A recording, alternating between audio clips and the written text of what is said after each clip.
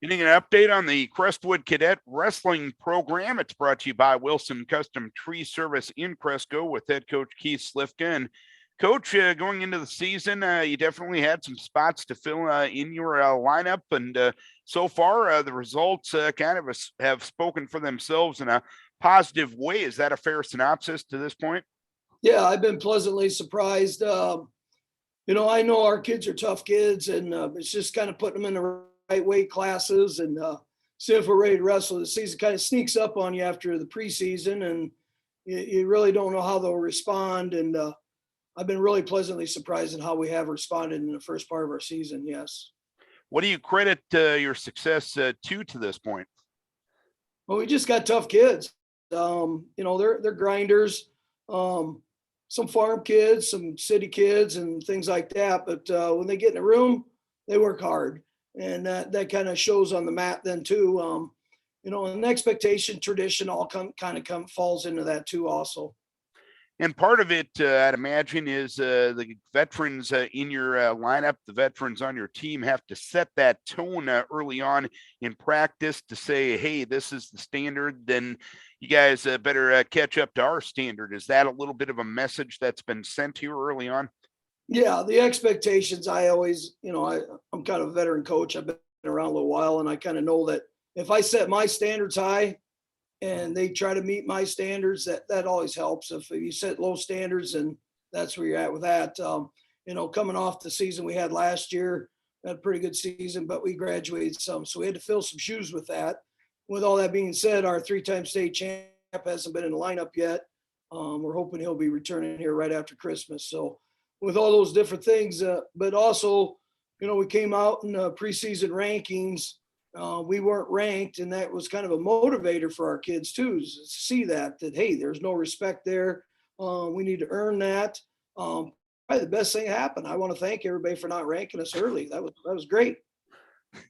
And last weekend in your most recent competition, you went down to the Battle of Waterloo. It was great to have that event back for Iowa High School Wrestling once again this year. And you showed pretty well down at the Battle of Waterloo. When you go to an event like that and you show pretty well, how much of a boost of confidence is that for your squad?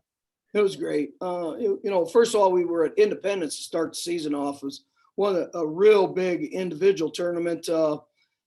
Kind of shows you where you're at, and it kind of gives everybody ready and gives things when in practice to work on. And we really emphasize a few things, identified some of our weaknesses and our strengths. And then we had a couple duels between that, and then we come into the Battle of Waterloo. I didn't know what to expect, our identity yet. And we had a couple sick kids trying to fill in some shoes, but they rose to the occasion. And I was pleasantly surprised in the outcome of that. We had Union, which is traditionally a really good team we started off with, that they matched up some of their better kids against our better kids. And, we might have lost a few matches, but we closed the gap on some of those matches that we had lost earlier in the season in Independence. So that was encouraging. And then we had to wrestle a strong Ankeny team that's ranked, I think, 5th or 6th in 3A. And we lost that match by 3 with not a full lineup. So, the kids started getting more confidence as we went along. And my gosh, we ended up going 5-1 down there. And I was really pleasantly surprised with that.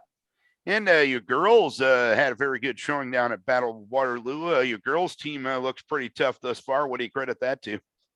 Energy. Those girls, I'll tell you what, they practice in the mornings. Larry Trendy and Malik Williams, they're doing a great job. Those kids love those two coaches. They give all that energy and they feed off of that.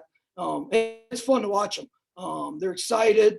They wrestled great down there. I know when they wrestled the Osage, ended up being a tie, and they end up winning on criteria. And well, I'll tell you what, the whole arena there just went crazy. I mean, it was just the whole attention went to that, and that's exciting for the whole program, boys and girls and everything.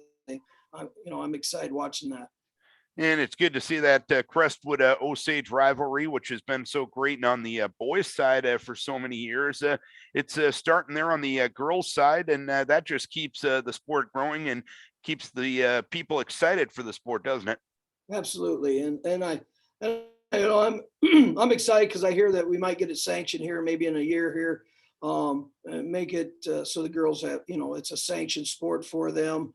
and they can have their schedule and then get their own team and things like that. So you betcha, you know, the old rivalry between Osage and Crestwood, and you know, that's going way back when, and now we got the girls being able to join in with that. And I know you got a couple of weeks between competitions over the holiday break. How do you manage that from a practice and training standpoint? Yeah, we were lucky because we didn't have anything scheduled this week. So we met on Monday and we gave us the schedule and talked about goals and a few other things. We spent about, 20 minutes there in a meeting, and I pretty much let them have the rest of this week off. We'll come back Monday and get back at it. We'll have our wrestle offs for our second part of our season. Hopefully we'll get Carter back in the lineup. Hopefully have a stronger lineup. You know, the key to our whole season is staying healthy, keeping them ready and hungry to wrestle. And how do you keep the positive momentum that you built up going over this holiday break? Because going 2 weeks without competitions and not an ideal thing, but it's something that happens every year. How do you keep that momentum moving in a positive direction? Well, we set our goals. That's the first thing when we get back. We got goals set, and you start achieving that just even in practice, working on different things that we need to improve on, and making the things we're not so good at get better at. Practice time, because once you get in the season, you don't have a lot of time to work on things. So we really kind of focus in and polish up some of our techniques and get ready, because we come out of the shoots right after the first year. We wrestled New Hampton, which is a conference duel. And New Hampton, I don't care, good, bad, or indifferent, they're always going to be a good duel with us. And then we got Decorah the following week with Osage and with our own tournament. So, and that season flies. I mean, once you get going, it's just like the first part of the season was like yesterday. So. All right, Coach, congrats on a good start. Hopefully you guys can keep moving in the right direction. Most importantly, Merry Christmas to you and your family and anyone associated with Crestwood Wrestling. And here's to a great 2022 portion of the schedule. Thank you. And back at you. Go Cadets. Keith Slifka, head coach of the Crestwood Wrestling team, off to a solid start for the 2021-2022 campaign.